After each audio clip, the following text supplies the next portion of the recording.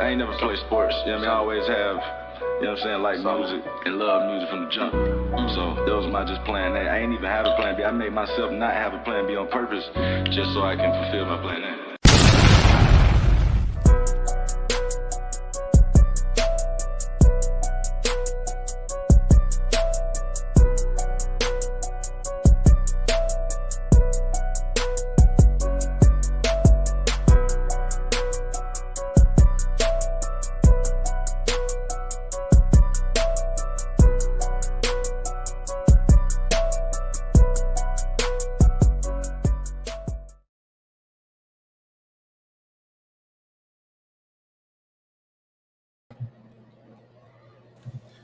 There you go. Not muted.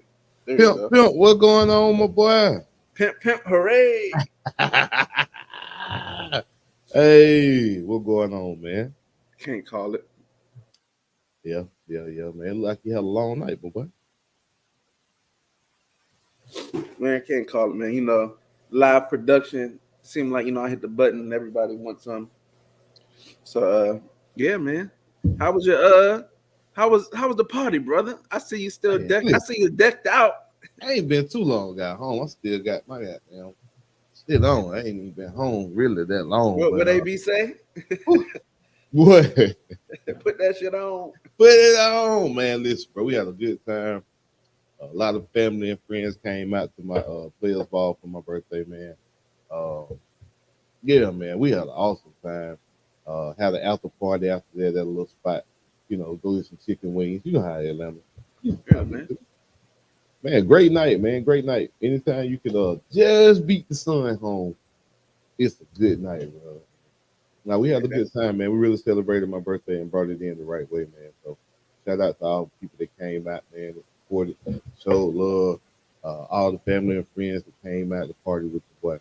I really appreciate it, bro. Like, for real. The older you get, the more you appreciate stuff like that. Yeah. But yeah, man. I gotta do something for my birthday now. I don't know what I'm gonna do. Bro, please let me know so I can come out there to Dallas or wherever you're gonna have it that we can cut up and have a ball, man. So, man, listen. Speaking of cutting up, let's talk about Alabama. Kick it off. Normally we kick it off with Georgia and Florida, but ain't really nothing going on for us right now. Well, there's something going on for us. You tripping? It's always something going on in the swamp. But we'll start with Bama because it's segue right in. What's going on in the swamp? Huh? I said, well, what's going on in the swamp? Because I ain't been paying attention. Nobody knows what the world is. We got a big flip yesterday. Well, not yesterday. It's like a day before yesterday, but DeAndre, what's my man last name? Robinson from Texas, the big guy from Jones High School, D tackle. He flipped to us. Is this the class of 2024? Class 2024. Yep. Yeah, so he on campus right now, enrolled, ready to go. So we have a guy visiting today, Jameer Grimsley, who was a Bama commit. He is on campus today. He has to register today, or he's out. He can't play in spring, so he'll be on register. Most likely, he'll be committing today. We got a crystal ball for a top 150 O lineman for next year. Guy from Peach, from Warner Robins, Georgia. That Southern Georgia. That's Billy Gettleman out there. So, we got him. Got a number one D tackle or D lineman on campus this weekend. We got to commit. Yeah, we got to commit next year. 4-star French, 5-star defensive end. So yeah, man, we getting them trenches right. You gotta have the trenches. So we getting there. You know what I'm saying? The guy started working out. You know what I'm saying? I seen the little videos, y'all in the University of Florida. I ain't say little video. You gotta rebuild your program and start somewhere. So, hopefully y'all give Billy time because I like Billy. I love the way he loses to Georgia. I love the way he pick his coaches. I love the way he called their plays. I love the way he recruit top 15, top 20. I love Billy. Everything about Billy Napier, as a University of Georgia fan, we support and we want you guys to make sure you keep Billy Napier as the head coach at the University of Florida for the next 20, 30 years. I pray Billy Napier never gets fired and he stays and just keep losing the way he's been losing to the university. Nah, man. I just want you to know if Jameer Grimsley if they would have let him out his letter of intent, then our class would be number 7 in the country. That still ain't you still ain't beating your rival. Your rival number 1. You need to be at number 2 or 3. You gotta. If you're gonna compete with Georgia. You got to go somewhere. That's true. But let's talk about Bama, bro. Let's talk about Bama. Bama has a lot of people decommitting, man. Most notably, Caleb Downs. You know, the number 1 player from last year's recruiting class, bro. He decommits from Bama, goes into the portal. Now I'm thinking Georgia got a shot. You know, all y'all was thinking, boy, UGA was like, oh, this is a home run. Caleb need how much Caleb want? I said, well, shit, tell Kirby I got nothing. Well, that's leftovers. Come on now. Leftovers from last night. You must have throw that when you walk out. It was my birthday, bro. I might have spent $23. That's how you do it. I promise it was my birthday, so everybody was like, nah, cuz keep your money in your pocket, you good. I did have it on me, but everybody was just showing so much love last night, bro. I really didn't have to go in my pocket for that. That's good. But yeah, man, Caleb, man. What you think about this Caleb Downs situation, my boy? Very, very interesting, man. I was surprised. I mean, probably every other person in the country assumed, oh, he's going to Georgia. Like it was just a thought. Like you know what I'm saying? I thought it was just a easy move. But Ohio State, man, they swung in, and hey, they got the number 1 player this year. Caleb Downs, the number 1 player last year on the defensive side. Amazing. Now I don't know what they're going to do with that coach hire, but it's Ohio State making moves, man. And the middle, I don't know if it was like a middle of the night. I don't know if it was NIL. Like clearly NIL is a part of it, but you know, you never know. But I'm gonna tell you what they told me. From what they're saying, Caleb Downs is making $30,000 a year, a month at Ohio State. $30K a month. $30K a month is why he didn't go to the university. That's just a rumor. That is what I'm being told. And what I'm hearing from my UGA groups and my UGA booster groups, and $30,000 a year. I mean a month. I'm not turning that down either. So I can't blame my kid for that. My kid beat it there first day, which I need. No, for real. I mean, I can't blame him for that. It's just a matter of does this speak more to what's going on at Bama, or is Ohio State just on fire like that? Because to me, I'm looking at Bama, man. These kids running up out of there. The kids were there for Saban. We always knew that. Yeah. So now, can the Bama brand hold those kids together, or we're about to see Bama go back to a 8 to 10 win type team? I think we're going to see them go back, man. I think, like what you're seeing, it wasn't just him. You had Caden Proctor, who was a freshman, that all freshmen perform on the O-line. He went back to Iowa. You had Julian Sand, the quarterback, technically the number 1 ranked quarterback. I don't know why, because it's Lagway. But he's supposed to be going to Ohio State, too. They gave him a crystal ball. I saw that yesterday.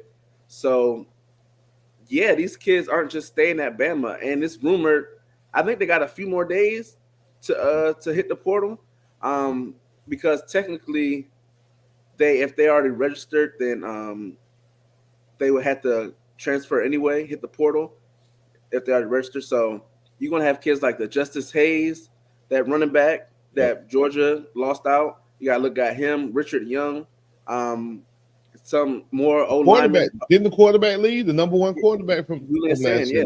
Yeah, that's so what you just mentioned. They lost another quarterback too. Yeah. Now they just got the quarterback from Washington, the commit. He followed his coach. And then wide receiver, the number 1 wide receiver in Washington is crystal ball to them as well. But so some of them are going to follow their coach. That's normal. That's expected. But it's going to speak to like the caliber of your playing. You're filling your team up with Washington kids. At Bama, I don't know. And it's going to be very interesting to see post-Saban moves. Yeah, man. What happens post-Saban? Where do they go over here? It's so hard to follow in a Nick Saban's footsteps because there's a standard. And when you start to fall off on any part of that, especially recruiting, that we always talk about recruiting on this show. Me and you always going back and forth about recruiting because we understand how valuable it is to your program. Yeah. But my boy, Bama losing a lot of these guys, and these guys decommitting. It just says to me that they were only going for Nick Saban. And But then he didn't set up the NIL structure properly because he was against it at first. And you thinking Bama, big, bad, mighty Bama, Bama this, Bama that, all these coaches and all these players that went to the NFL and coaches that's getting jobs in other places. How come Bama didn't have a succession plan in place? Bro? Why was that person who was supposed to take that job not already in the building, like a Florida State with Jimbo and Bobby Bowden? I think I don't know, man.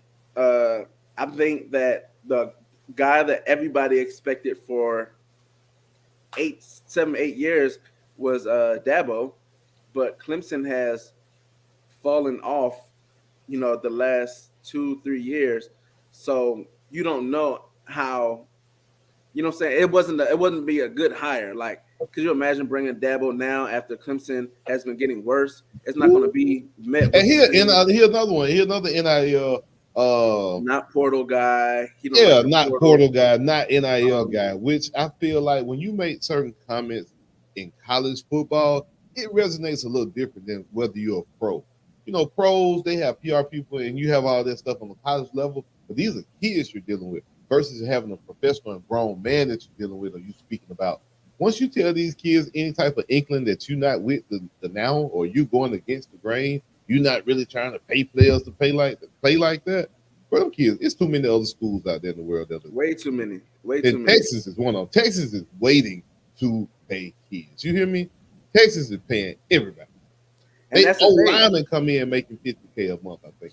Off rip. And that's the thing, I think. So you look at Dabo couldn't be picked. They couldn't, it wouldn't have looked right. Then you have Sarkisian. He's not leaving Texas. Why would he leave? He finally got it to a point to where he has the best NIL structure in all of college sports. So he would be stupid to leave. Then you have Lane, who you don't want Lane. Do you really want Lane? Keep it on your sidelines and Tuscaloosa. Is that what you're really trying to do? Right. Yeah, it's like he's gonna mess that up. So he know what he's gonna do. So let's not do like. I'm gonna tell you what I think they struck out and missed. And Landing, they missed out on Landing. That they didn't was that. The one you missed.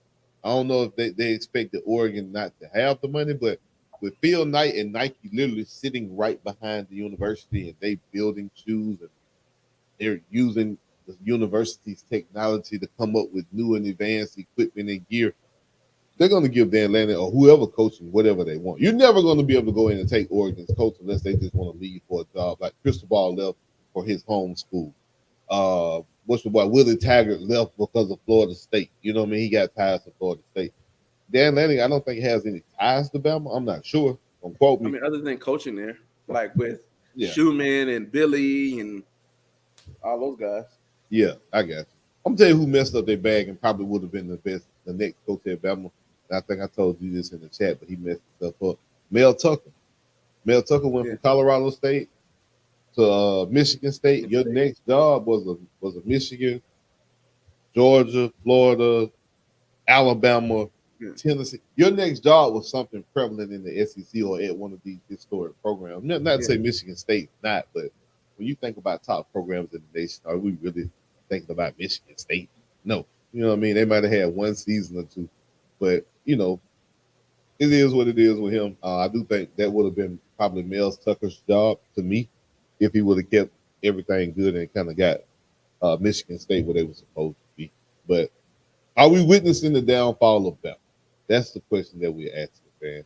What you think about that? Just to answer that question. Yeah. I pulled it up. Kalen DeBoer's coaching, right? Mm-hmm. He's only been a head coach since 2020. He did 1 year at Fresno State from 20 to 21. He did a year at Washington from 22 to 23. And now he's at Bama. So he went from Fresno State to Washington to Bama. And before that, you were at Indiana as the OC, Fresno State, Eastern Michigan, Southern Illinois as OCs.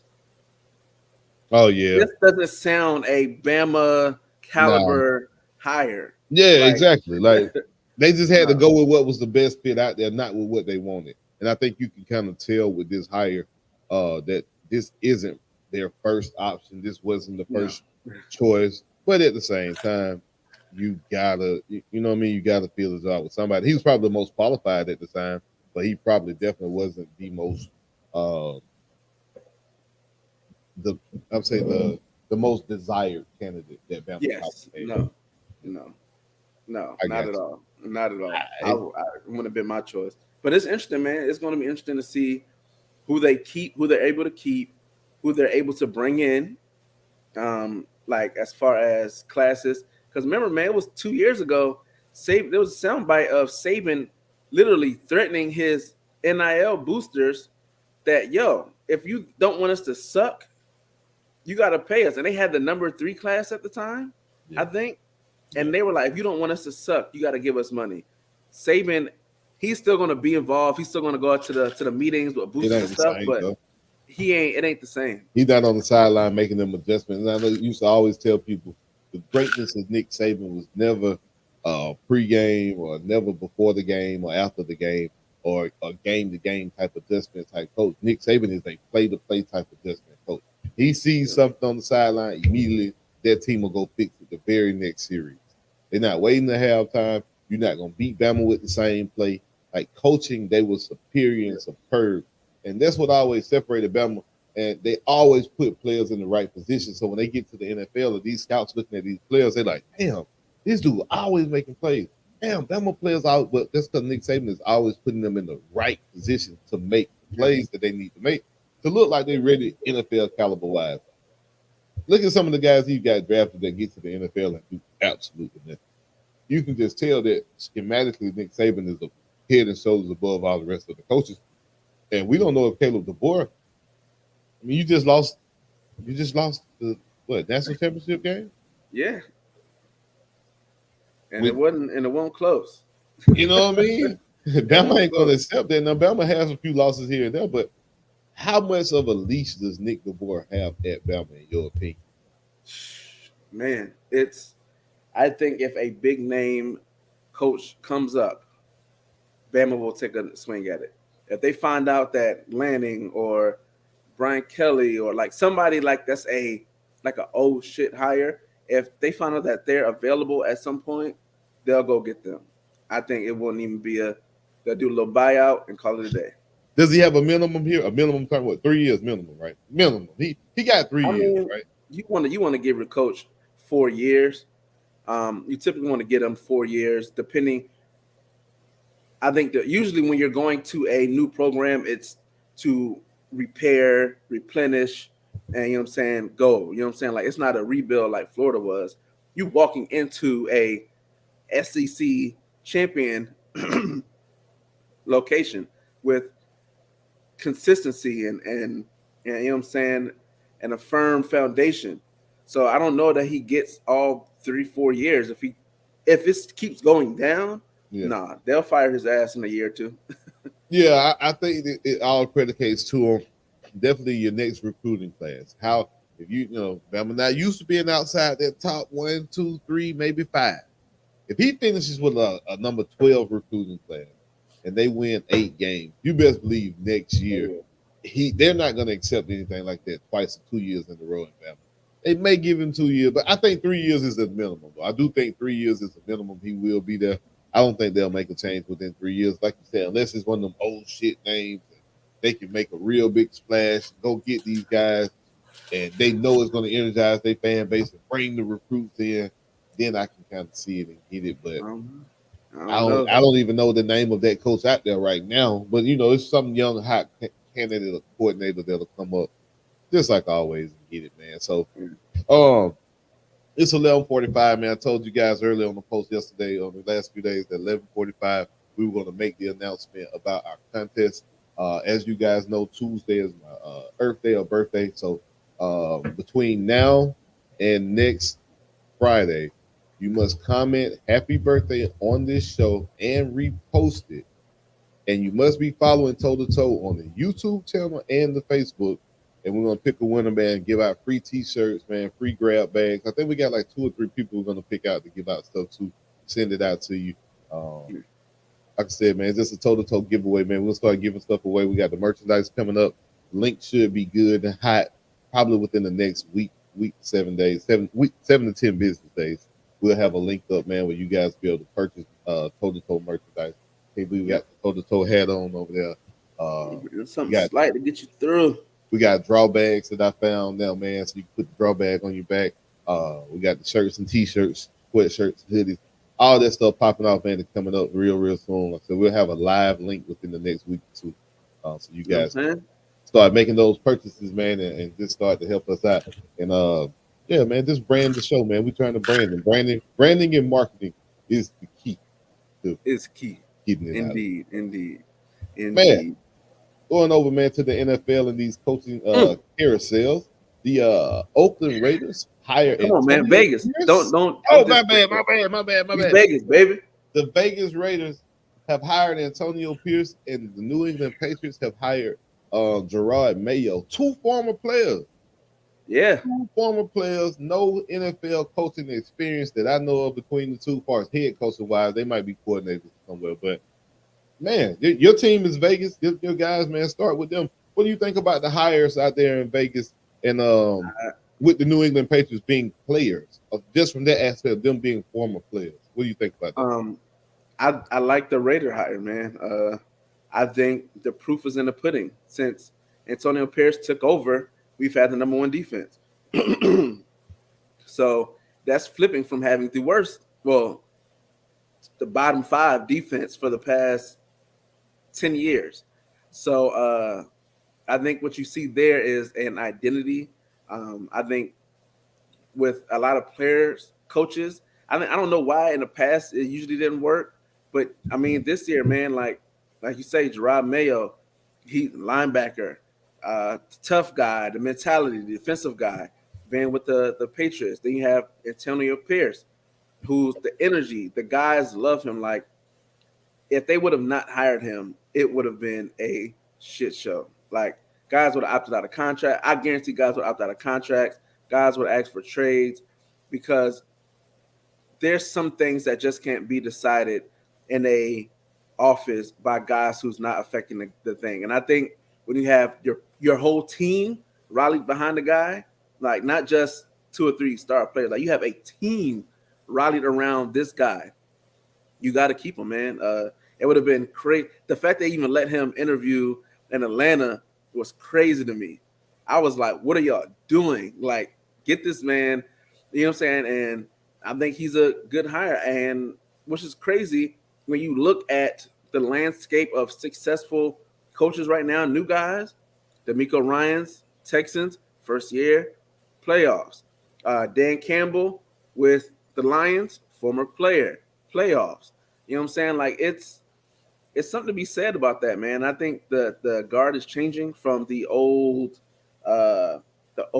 guy with the how my daddy did it back in, the 50s and 60s. Run it like now, man. These guys are young, former players. They know the game. They can talk to the players a different way that you can if you're not a coach. I like the hires that's going on right now. Yeah, I mean, when I look at it, I'm like, if you got a former player there, now Gerard Mayo, again, we haven't seen him coach. I haven't seen him coach. If he is coaching somewhere, I apologize, bro. I just don't know where, and I haven't seen him. He wasn't no head coach nowhere. In front of me. But Antonio Pierce, I think, was like a layup, like a no-brainer. That you can see the significant change in the team when he took over. You know what I mean? From the game he took over and started coaching to put their headset on, that was a completely different Vegas team. So I agree with that. You guys beat Pat Mahomes with him. You had yet to beat Pat Mahomes in the season, in a series, since Pat had came. The man just showed you he can coach good enough to beat Pat Mahomes and Andy Reid, bro. What else do you need in that field? I mean, at that point, once you would have did that for me as an owner, once you would have showed me you could beat Pat and y'all did it in Kansas City, oh, shit. I just gave bro a blank check right there. So, but what you need? Because as me looking at it, man, from a standpoint from the Falcons. Listen, if Arthur Smith would have beat the New Orleans Saints that last game, he'd have kept his job. But the fact is, certain teams, if you lose to those teams, you're not going to keep your job. And then Arthur Smith had lost to the Saints before, and they didn't fire him. So I'm not just saying like an immediate loss, but when it means something, if you guys win that game, you have the ability to go to the playoffs as the Atlanta Falcons. And you're playing against the New Orleans Saints, the number one rival of your franchise. We don't care if we go 0-16. If we beat the Saints, God is good.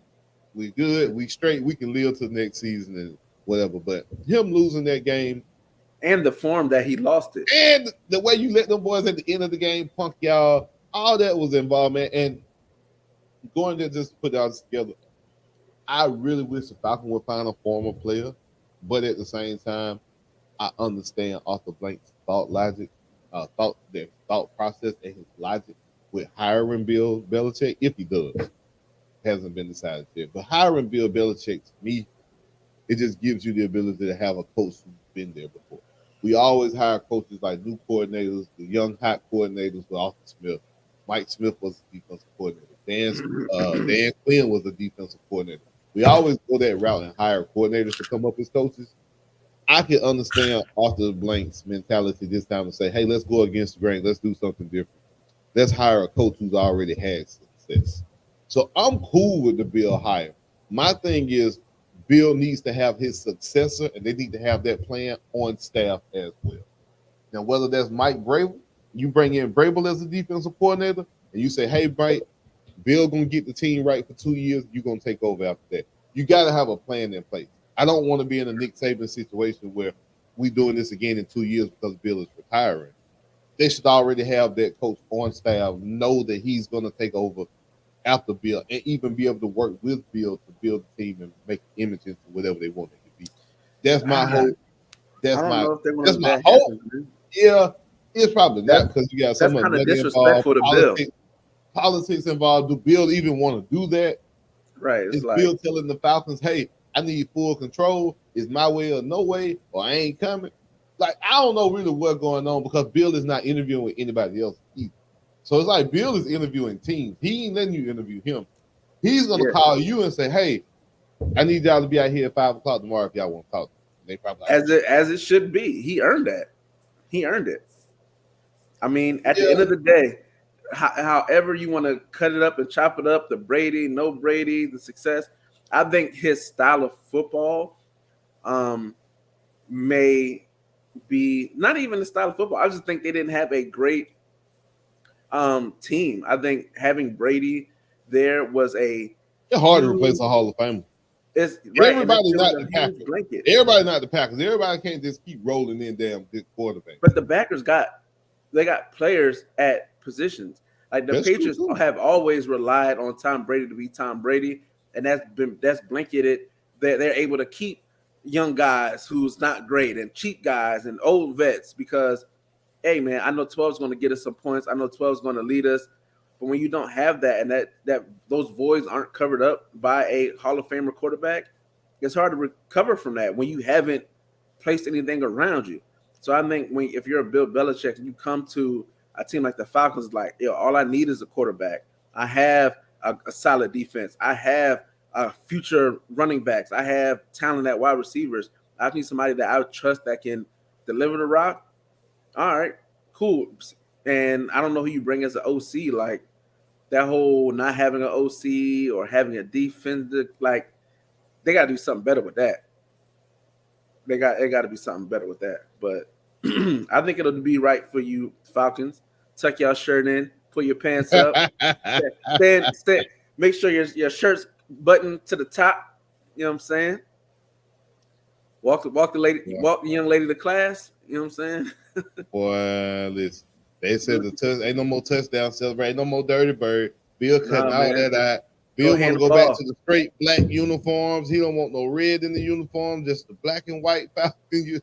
He said, when you score, you give the ball to the ref. Listen, man. I mean, again, I just want to win. I don't give a damn. Who come in here and do it personally, bro? I just want to win, dog. I'm tired of being this time of year, man, watching other teams and not having the ability to sit there and hang on every play. Because you know how it is in a big game, a playoff game of football, bro. You hanging on every play, you watch it, every move, every pass counts. In the playoffs, man, the intensity in the game is so much funner because you know that there's no tomorrow. And when your team is on there, I mean, you hate to lose, don't get me wrong, but just to say your team is a part of that and you being able to, root for your team and have that gut wrenching play happen or something like that, like yesterday with the Green Bay Packers, as I was rewatching the game, the Green Bay Packers in San Francisco. Like, dog, that was a game. Like, that game was fun. That was a game. That's what you watch the NFL for. So, I'm with that. Too. What do you think the next coaching job is off the board? I think the Falcons, I think they go ahead and hire Bill within the next few days. He's had his second interview. I think he's the next one. I don't know. Second interview today. So. Yeah, I don't know. And what are the other vacancies? You got Seattle. Seattle still has a vacancy. Tennessee has a vacancy. Okay, so Pete Carroll's gone. I thought Pete Carroll would go to Bama. I thought Pete Carroll would have been a name that Bama may have looked at and said, "Hey, Pete, you've been in the NFL. You won your Super Bowls. You done won college. Now come on back, finish your career here in college." But this a 2024 college. This ain't, what I'm saying, Matt Leinart and Reggie Bush college. It's a different ball game. So it's a different ball. I think NIL keeps people away, man. Like the recruiting, like you can recruit. Could you imagine you're taking the call away from your kids? You answering the phone when you're with your wife, 24/7 talking to these kids. Yeah, coach, I'm coming. I'll be there tomorrow. You like, bet. I'll see you in a few hours. You wake up and the kid going to another school because they offer him 10 grand more. Like, where we live in. It's like, what's the point? Like, what's the point of the old school relationship building? Because you still need that, but was it worth it? So these new guys doing it. These older guys not coming back to coach that. I think a lot of guys would just rather not deal with the headache, man. I feel like a lot of these coaches, like you said, the old school coaches, they didn't believe in paying college players, so it's going to be hard for them to get out of that mentality of trying to now turn you into a paid pro athlete. Basically, you're getting paid for your performance at this point. So, it is what it is on that. I think that the next job will be out there. I think you'll have him start the domino effect. Once Bill falls in place to pick wherever he wants to go, I think the rest of the teams will fall in line after that. Because I think at this point, you look at Bill Belichick and the rest of the coaches available. Between him and Harbaugh, you probably them are the two top candidates. So you're going to take one of them. But once those guys figure out where they want to go, you'll start to see some of those hot coordinator names pop off the board, like that boy from the Detroit Lions. Is it Joe Brady? I could be wrong. No, you're talking about the DC or like the OC. Yeah, Aaron Glenn, the defensive coordinator and the offensive coordinator on the Detroit Lions could possibly be up the head coach job. Yeah, I think you'll see. I think the weekend, like after these next round of games, when it's just the final two, then you'll see, guys making that move. You still got the enemy out there. You still got guys who Flores are capable. Yeah, Flores, Leftwich. I mean, you got. Quick question: do you think Dallas made a mistake by keeping Mike McCarthy? Nah, man, Dallas is in such a bad position because you really can't make an excuse for firing a coach that's won as many games as he does during the season. Because what's the chances that you're going to get another 12, 13 win coach? And also, who out there do you feel like can do that, can put you over the top? Like, you just have to win a game in the playoffs. Like, it's only so much X's and O's you can do, man. Like, you have the number one defense or top 5 defense, top 10 offense the whole year. And then the one game you shit the bed. It's like, are we doing something that dramatically different? Or the guys just didn't show up? Same thing with the Eagles and their coordinators. Oh, They talking about firing Sirianni. I just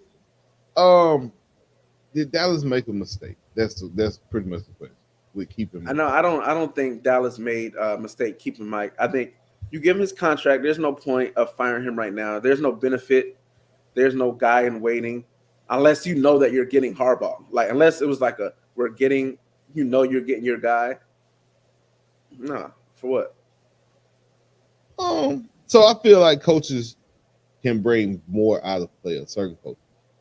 So I feel like if there's somebody out there that you feel can bring that one game, like you say, that one more game out of that, or there's somebody who can get your team prepared, because the last two Dallas losses in the playoffs have been completely because they just look unprepared. Like I don't know if they thought teams were just going to come in there and come into Dallas and be starstruck because of Dallas, or they felt like they were just going to roll over teams because they were supposedly on paper the more talented team.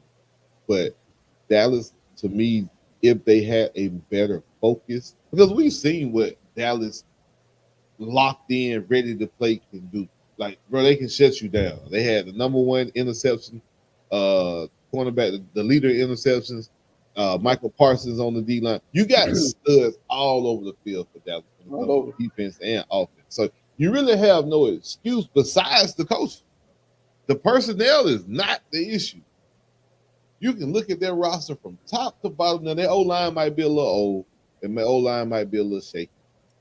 But at the same time, they're still, I can guarantee you, I haven't looked at any numbers, they're still probably the top half in the league when it comes to production. So the fact that Dallas can't get over the hump, the fact that they got the same players, though, that can win you 15 games, 14 games, 13 games, 12 games, that tells you have the personnel and the talent to do it. It's just a mind state and a mental thing that when you get to the playoffs, which Mike McCarthy is known for outside that 1 year, he gonna fold. It's just, it's the playoff pressure to me that I feel like you need a coach that can handle it better than what you got.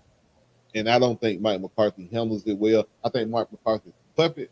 He sits there and he listens to whatever Jerry Jones wants. He gives Jerry Jones whatever he want to hear. And as long as he's that guy that's going to let Jerry do what Jerry want to do, Jerry can say what he want to say. And I ain't got no problem with Jerry. Jerry's the owner of his team. He can do what he wants to instead of saying, nah, Jerry needs to stay upstairs and kind of let me just handle this. But that's you got Mike McCarthy, who is just a yes man, and Jerry going to keep that.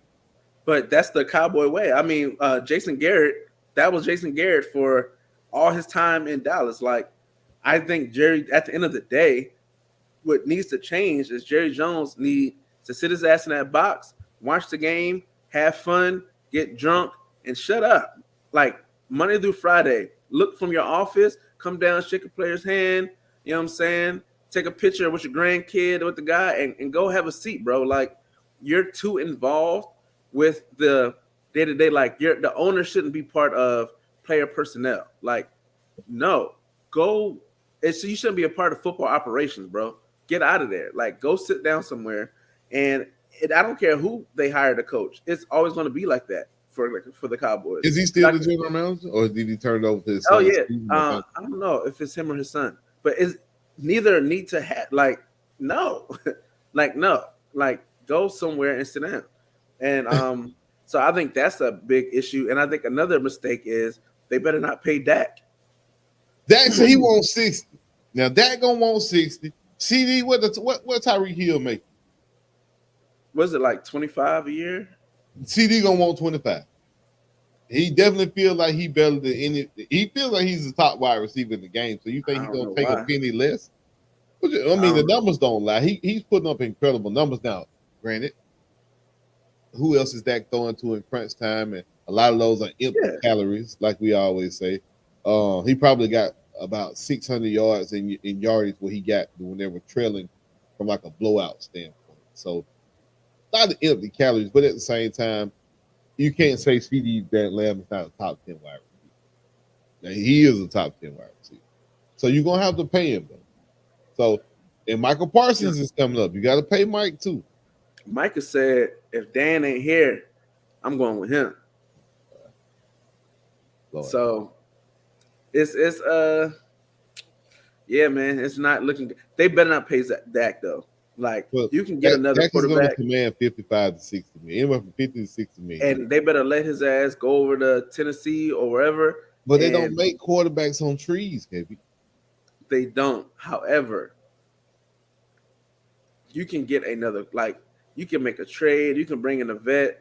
If you trade Dak or you get rid of Dak and you bring in a worse quarterback with that same situation, you're going to kill that whole team. Because right now, again, I told you they're only as good as they are, and they're only winning 12 to 15 games every year because of the talent that they have on the field, not the coaching. So if you remove and give them less talent or less talented personnel, especially at the most key position on the field at quarterback, Dallas will probably go from a 10 to 12 win team to an 8 to 10 win team. And that's probably not going to consistently win you the division. Keeping Dak would be I'm with you. Settling for mediocrity, not his numbers. I think during the season he has great numbers. Like, you know, you can argue he was part of the MVP conversation at a point.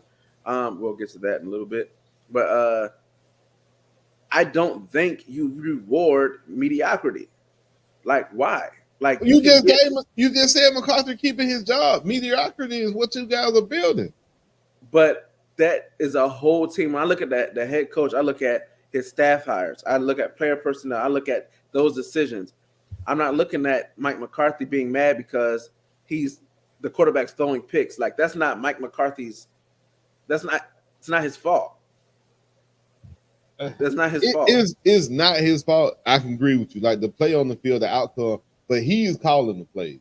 He can dictate what's going on the field from a play caller standpoint because he's the play caller and head coach.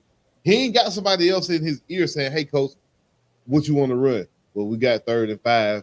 You know, run this, run that. He is calling the X's and O's. He's calling out the formation. It's technically his fault. Him and Dak share the blame equally, in my opinion. There's another guy you could trade for. You could trade Dak for a slew of picks. Oh. Who are you picking? You're not getting the number 1 pick. You're not getting that from. You might not get the number 1 pick, but I think you can get a first for him for sure. For Dak Prescott? Yes. Hell no, okay. You're not because the team will want him. Not giving. If the Falcons were like, "Yo, we need a quarterback," they would take Dak. I'm telling you right now, if the Falcons were to go get Dak Prescott, I would burn every piece of red and black stuff that's not Georgia. And why would you do that? I'm burning it up. Because why? Man, I'm not paying my money to go downtown to see Dak. Exactly. Why Dallas need to get rid of him? Hell no. But in Dallas, maybe you trade for Justin Herbert. You know what I'm saying? Maybe you bring in a guy, you get a trade for Justin Herbert. You know what I'm saying? You get a guy like yeah, ain't nobody giving on no first round pick. Nobody can. Not even the Jets, not the Vegas rate. Nobody on this earth is giving up a first round pick or anything comparable for Dak Prescott. You might get a combination of a 5th, 6th type deal. Nobody. This ain't Madden, KB. I know. Dak wins. Dak wins at the end of the day. You overriding trades. You cheating in franchise mode. Because ain't no way in the hell you give a first round pick for Dak. I'm sorry. I'm so sorry. Justin Fields don't even deserve a first round pick, in my opinion. That's just me. He's a 2nd to maybe 2, 3, 4 type quarter if a round pick, if I'm on a trade value wise. Maybe a 2nd, maybe a 3rd, 4th, 5th type combination. Draft picks are way too valuable for me to say Dak Prescott or Justin Fields deserve a number 1 pick. Maybe Justin Fields, though, I could see him selling it because he's younger. He has a higher ceiling to me than Dak Prescott. It's just not in Chicago. No quarterback has succeeded in Chicago in the last 20 years since I've been born. If I'm Dallas, I'm telling you what I'm doing. If I'm Dallas, you got Trey Lance. Why not go with Trey? Exactly. I'm trading Dak. I'm trading Dak for 2 seconds in the 4th, whatever. Right. That's all you're gonna get. 2 seconds in the 4th. You trade him. You pick up a quarterback and a draft. You're gonna get worse though. And you go get you a vet quarterback that challenges him. Like you get Trey, that with that you challenge Trey, and whoever wins out is the job. And then you take those. If Trey was that good, he'd be going to the NFC Championship game right now, KB. No, I mean, I think it was just I think he didn't have the time. Brock Purdy surprised everybody, and he was injured, and you just can't explain getting rid of Brock Purdy at that point. You traded a lot of draft capital at San Francisco to move up and get Trey Lance. They did Trey Lance a favor. They did Trey Lance a favor, and Brock Purdy is just nobody expected Brock Purdy to do what he's done. But again, I think any quarterback in that situation on that team would probably be doing what Brock Purdy's doing. You know what I'm saying? It's a very beneficial spot to be in. But like I say, you trade. And Kyle Shanahan make you look good. I mean, Matt Ryan was the MVP. Matt Ryan was MVP up under Kyle Shanahan. So if you can do that, he's the greatest offensive coordinator. Get that offensive line. Use 2 or 3 picks on some high quality offensive linemen. Get you, another playmaker, or maybe another. But brother, the only problem with that is Dak. You sold Dak as this quarterback that's supposed to be the guy. So how do you go back now and say, because Jerry's big on the players that he draft, he want to keep, and he want his players to shine. If you go somewhere and you go outside and trade Dak, and you have somebody that come in that plays worse than Dak, you are really, really, really risking setting your franchise back. But by keeping him, you're not moving forward. By keeping Mike McCarthy, you're not looking to move forward. You're looking to just let somebody in there, get somebody in there, and tell Jerry what he want to hear. The results don't matter. The Dallas Cowboys are always going to be listening to Jerry. So getting a coach, it don't matter who they get. They can go get Bill Belichick. They can go get a player. It don't matter who it is. They got to fall in line and listen to the Jones family, period. It don't matter. So they're always going to be in the same position. They'll never be probably more successful than what they're doing, but for them in their mind, they think they will. Yeah, and I guarantee you another season of losing in the playoff, the first round of the playoffs is not happening again. They might miss the playoffs next year because their offensive line going to be trash. Hence why you trade Dak, get some linemen, and nobody trading for Dak though. You got a young Trey Lance. You got to have a partner to trade with, KB. You can't make a baby by yourself, my boy. You got to have a partner. The immaculate trade is going to happen. Force that thing on somebody. Yeah, so yesterday's game, man, we had the 49ers and let's start with the other one. We had the Baltimore Ravens defeat the Texans 34-10. Were you surprised by any of the scores of games from yesterday? Did anything surprise you? Ravens didn't. I was surprised the Texans were there. That's about it. But I knew Joe Flacco. I told y'all last week Joe Flacco wasn't going. That don't wasn't going to last long. Come on, man. You don't bring Joe Flacco to win playoff games. You bring Joe Flacco to carry you for 2 or 3 weeks until your quarterback gets back. Like that's exactly what that is. He's going to beat him. So what is Deshaun Watson? What you do if you Cleveland? This is going to be your 4th year with this Deshaun Watson project next year. If it don't work, what do you do? Shit, you can't do nothing till that contract over. So it's fully guaranteed. You're right. It's fully guaranteed. They can't do nothing. You can't do nothing. He can give a cold and you can't say nothing, but you guys still pay him. He ain't even got to play. He still can get paid. Hey, that was the dumbest deal I ever seen. NFL contract, that's never happened. And you can see why, because you're sitting on the sideline in street clothes when I need you for this playoff game. And you don't reward Lamar like that. And right, Lamar got to hold out to get his money. He got to threaten it. His mama got to go calling people and slapping people for him to get paid. That's crazy. Nobody wanted him. Remember, nobody wanted Lamar. Off the blank. That's crazy. And there he is. He put it. Hey, he stood on business. You know what I'm saying? What did it say? Stand on business. And my man is about to be MVP. We're gonna talk. Yeah, we're gonna talk taking about the team to the Super Bowl. I was shocked yesterday. I'm not gonna lie. I was shocked by the Packers. I'm not saying shocked by the Packers because I knew the Packers were a good team. If they get a better defense, the Packers are gonna be scary. The Packers are going right back to the top of the AFC, the NFC North. If they can get a comfortable defense.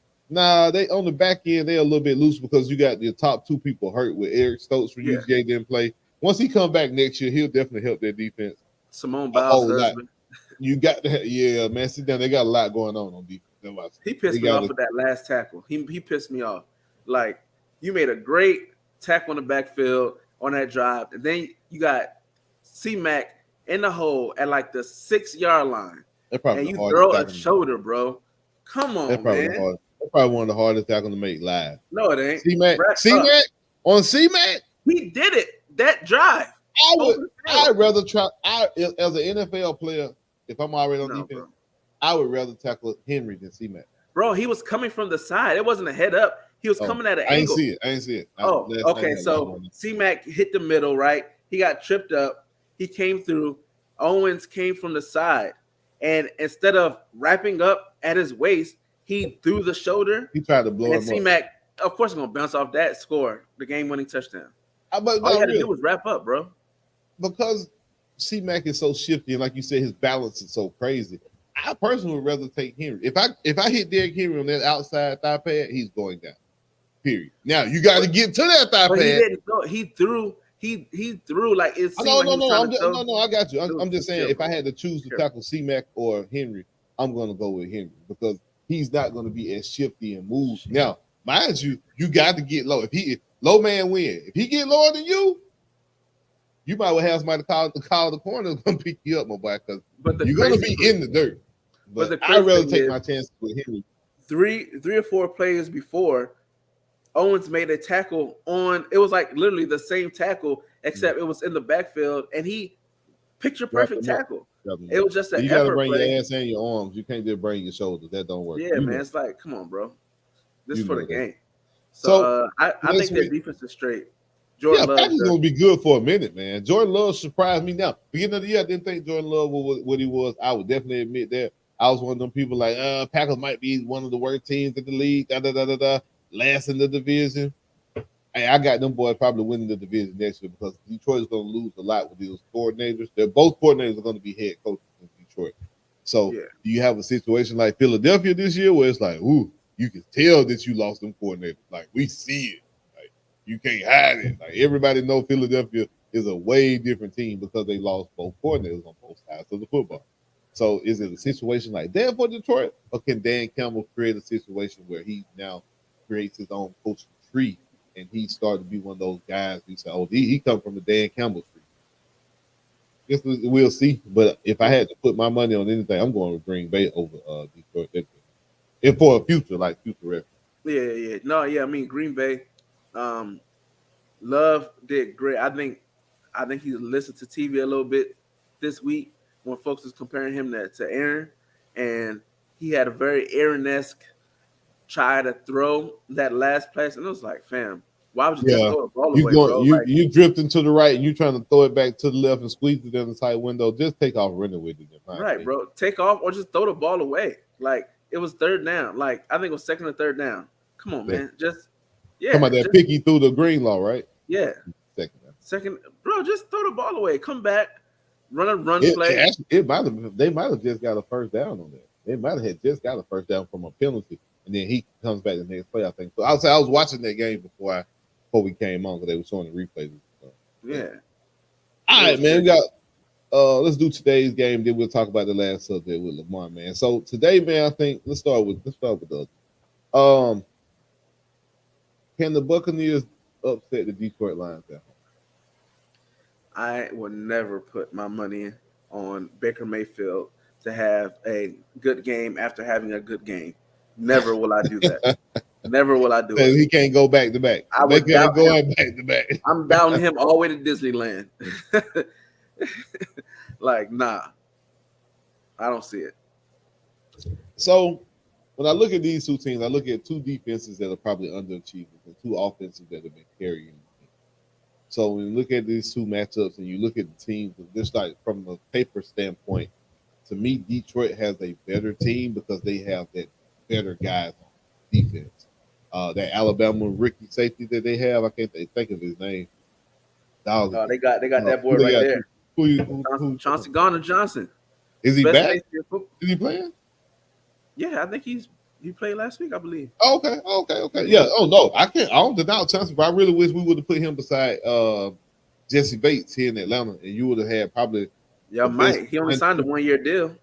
Yeah, but we got to see what you're talking about after them Achilles injuries. But I don't really like Achilles injuries. Everybody don't bounce back the same. Okay.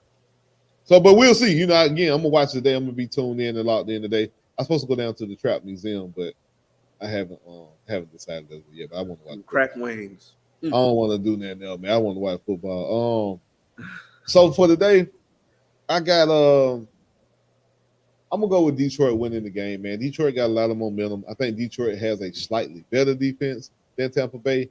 I think both offenses are about the same. Probably if I had to give an edge to anybody on offense, it may be Detroit, but only because they got Jamar Gibbs. Gibbs look like he look like he him. Like Gibbs is a real deal. Yeah. I know they got Montgomery, and it's a good compliment. I'm feeding Gibbs this game all game long. I'm feeding Gibbs any way I can get it. I'm gonna throw it to him. I'm gonna toss it to him, hand it to him with a wildcat. Any way I can get Gibbs the ball today, I'm gonna get it to him to try to win the game. Return a couple kicks. Hey, I need you to return a kick, bro. Anything I can get that boy today. We're gonna ride or die on you today. That's my conversation with him in the locker room. Yeah. So 100%. Yeah, give me Detroit, man. 31-21, Detroit. Yeah, give me I'm not even gonna give him 21. Give me 31-17, Detroit. I'm just not. Yeah. Game of the round. This is game of the divisional round. This is the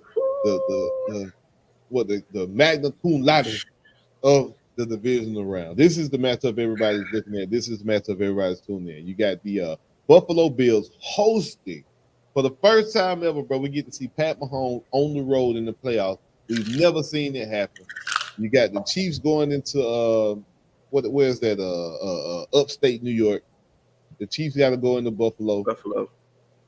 Cold. I think it's supposed to be another like negative something game. They both used to it. These are two teams for the cold weather. You can throw that out the door. Both teams are used to this, bro. How you see this one playing out with the Chiefs? How do each team win this game, in your opinion? Man, defense? The Chiefs' defense in the playoffs. Chef Kiss, they perform, and I don't know that the Bills will get the lucky breaks that they got last week, like that run by the quarterback and he didn't get hit. The Chiefs, they're gonna hit his ass. Ain't gonna be no fake sliding, or you better commit, or we're gonna take your shit. We're gonna take your head off. So, yeah, man, I think that the Chiefs will. I think it's gonna be a battle of defense because the Chiefs' defense really is kind of carrying them a little bit. That offense is kind of sputtery. They don't really have that go-to receiver like that for the Chiefs now. But on the other side, Buffalo defense, them boys are as advertised, and they do have a solid. It's very, very even, man. It's who's gonna make the extra play, or who makes the mistake. That's how I look at it. Because both of these are quarterbacks, what you would call those gunslinger. I want to make the play. I can make any throw. That is what this matchup is. Two of the top 5 quarterbacks in the NFL right now. This is the top 5 NFL quarterback matchup, in my opinion. Both teams have an opportunistic defense. I wouldn't call either one of the defenses really good. They both have really good pieces, but Ed Oliver, monster.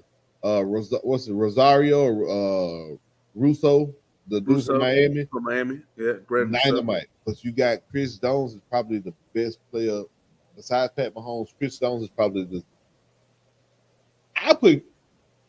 would you put Chris Jones, if you just ranking players, would you put Chris Jones over Josh Allen? It depends on what your value is. I like the value of defensive lineman a little bit more than the quarterback. If he's that dude, Chris Jones will change the game. Like you have to literally go. You might have one game plan in your, what you gonna do, how you want to run the ball, and he will make you completely tear it up and throw it out the window and change it because he's just that dynamic. It's gonna be a hell of a game for the rookie guard Osiris Torrance. Hey man, it's gonna be this week.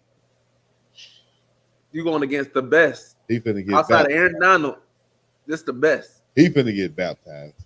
Oh, you know what though? I'm telling you what. A lot of people might fire back, and we do a poll later on to kind of figure this out. I put Jeffrey Simmons over Chris Jones. Like, I put Aaron Donald. Jeffrey Simmons is number 2.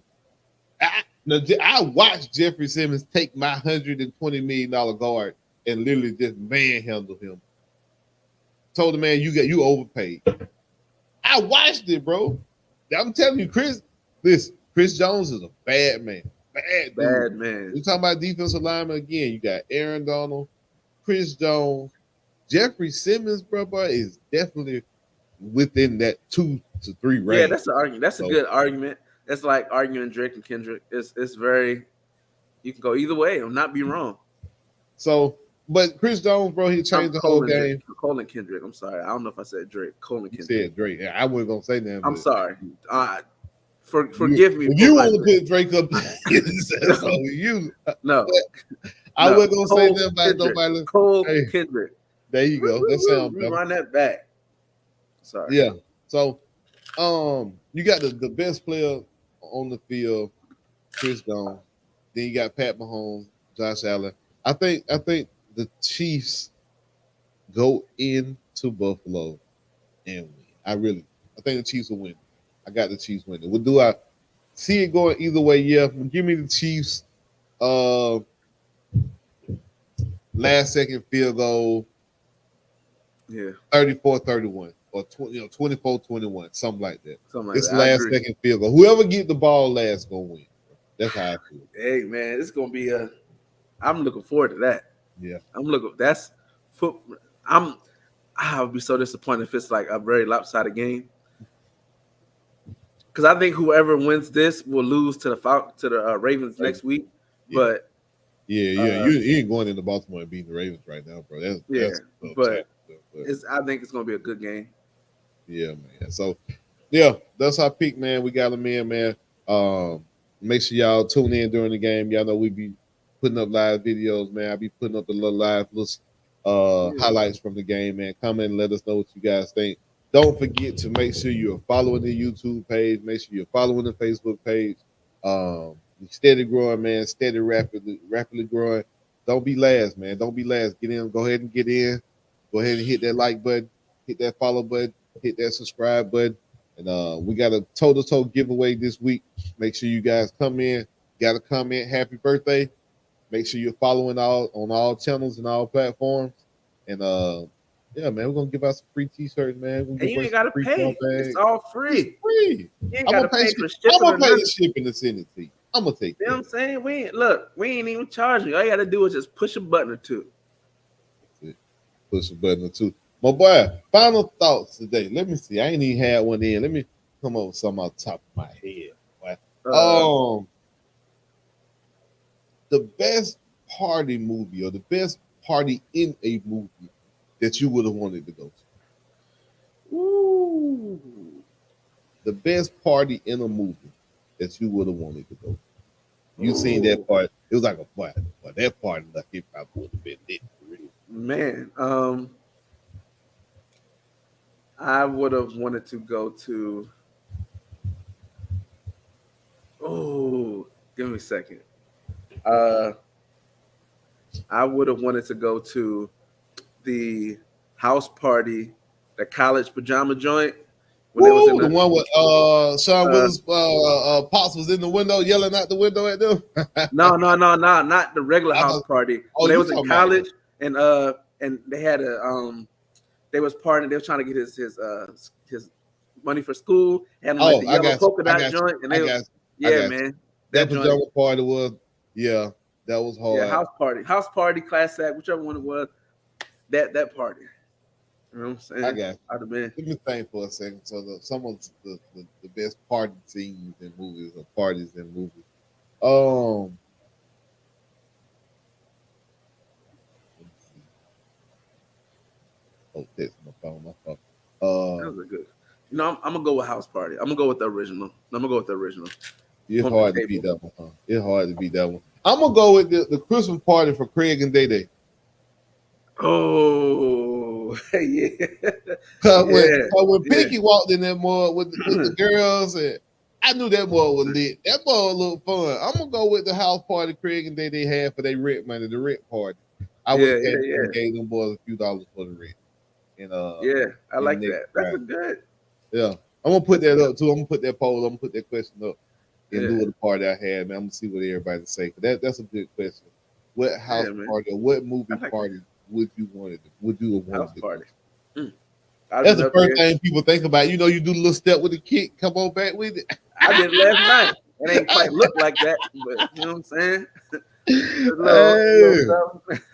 Listen, bro. Always. The party, I think they had How High had a party. That's a whole nother. Yeah. See? How High. Yeah, man. It's a couple Shotters. Them boys had that party. And I think Shotters, they went to a party.